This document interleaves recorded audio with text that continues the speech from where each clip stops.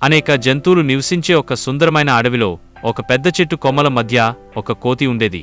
అది చాలా చురుకైనది, తెలివైనది. ఎవరైనా కష్టాల్లో ఉన్నా ముందు వెళ్లి సహాయం చేసే స్వభావం దానికి ఉండేది. కాని ఒక చిన్న సమస్య, కోపం చాలా ఎక్కువ.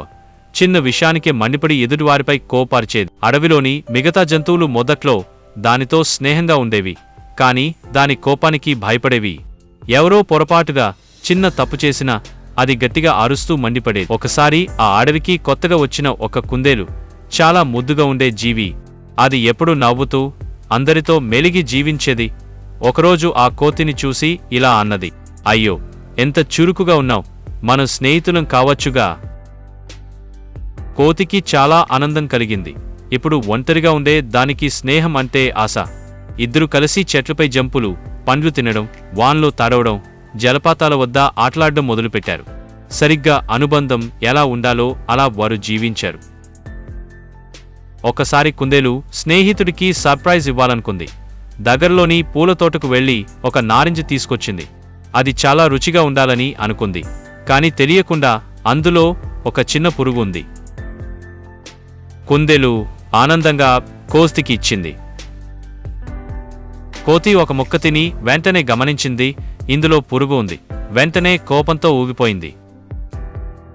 ఇది నాకిచ్చే నీ స్నేహమా, నన్ను అపహాస్యం చేస్తున్నావా అని అరవడం మొదలుపెట్టింది. కుందేలు భయంతో క్షమించు స్నేహితుడా, తెలియకుండా జరిగింది అన్నా కోతి వినలేదు. ఆ పండును విసిరేసి కోపంతో చెట్టు పైకి ఎక్కేసింది. కుందేలు కన్నీళ్లతో అక్కడ్నించి వెళ్ళిపోయింది. ఆ రోజు తర్వాత అది కనిపించలేదు.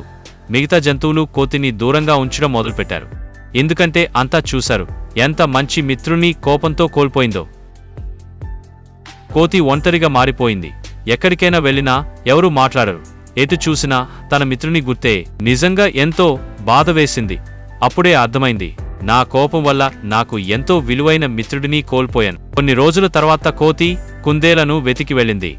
ఒక చిన్న గుహలో కనిపించింది. వానలో తడిచిపోయి పచ్చగా ఉన్న నారింజతో మిత్రుని ముందు నిలబడి చెప్పింది, నిజమైన మిత్రుని గుండెకి విలువ నాకు ఆలస్యంగా అర్థమైంది. నన్ను క్షమించు, నువ్వు తప్పు చేయలేదు.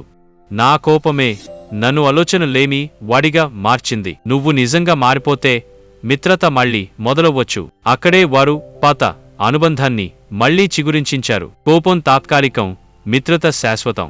కోపాన్ని అదుపులో పెట్టకపోతే మంచి సంబంధాలు సర్వనాశనమవుతాయి. పిల్లలు, ఇప్పుడు కథ ముగిసింది.